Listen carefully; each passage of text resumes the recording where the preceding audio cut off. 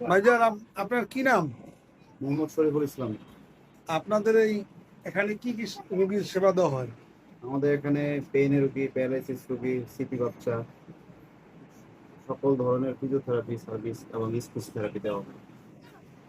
আপনাদের ঠিকানাটা বলেন। আমাদের ঠিকানা সাভার সিআরপি আধুনিক ফিজিওথেরাপি সেন্টার।